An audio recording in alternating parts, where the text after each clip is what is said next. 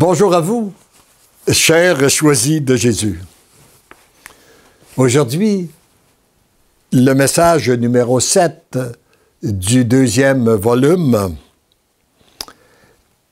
pour vous aider à comprendre le contexte.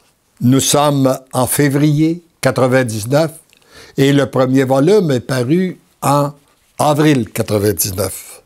Alors moi, je vis une grande préoccupation à cause de la parution de ce volume-là. Et voici la prière que j'adresse à Jésus.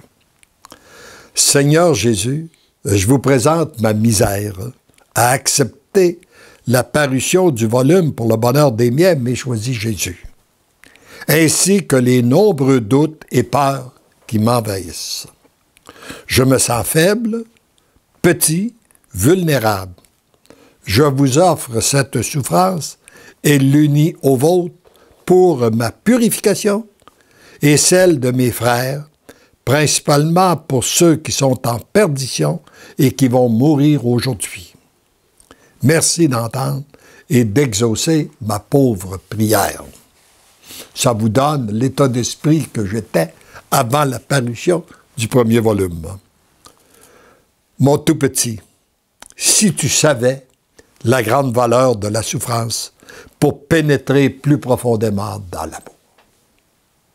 Vous savez, dans la souffrance, pour moi, il y a toujours un grand mystère. On ne l'a jamais compris. Mais là, ici, il vient nous dire, si tu savais la grande valeur de la souffrance. Et si tu demandes quelle souffrance tu dois accueillir, eh bien, c'est celle que tu portes aujourd'hui. C'est celle-là auquel tu dois dire oui à Dieu, pour pénétrer plus profondément dans l'amour. La souffrance se transforme en grâce et en bénédiction lorsqu'elle est accueillie, offerte au Père en union avec les miennes.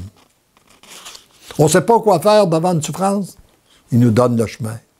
Tu l'accueilles, tu dis oui, tu l'offres au Père en l'unissant aux souffrances du Christ.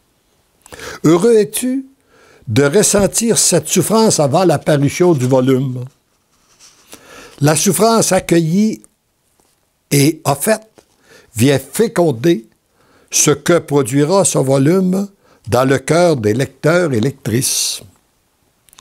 Prends conscience que ma grande souffrance au moment de l'agonie dans le jardin des Oliviers a fécondé ma mission et ma mort. Voyez-vous, Jésus a eu la plus grande mission sur cette terre et il a vécu aussi les plus grandes souffrances. Si ma mission a dû être fécondée par ma souffrance, n'est-il pas normal que ta souffrance vienne féconder ta mission? Alors, parce que c'était une mission plus petite, eh bien, la souffrance était plus petite aussi. Les disciples ne sont pas plus grands que le Maître. Ils doivent accueillir dans leur cœur de passer par le même chemin que moi. Ils ne peuvent devenir un avec moi sans prendre leur croix et me suivre. Rappelons-nous cet enseignement. Nous voulons être un avec le Christ. Eh bien, il n'y a qu'un seul chemin, prendre notre croix et le suivre. Ils ont cependant un grand privilège. Oui, prenons conscience du grand privilège que nous avons.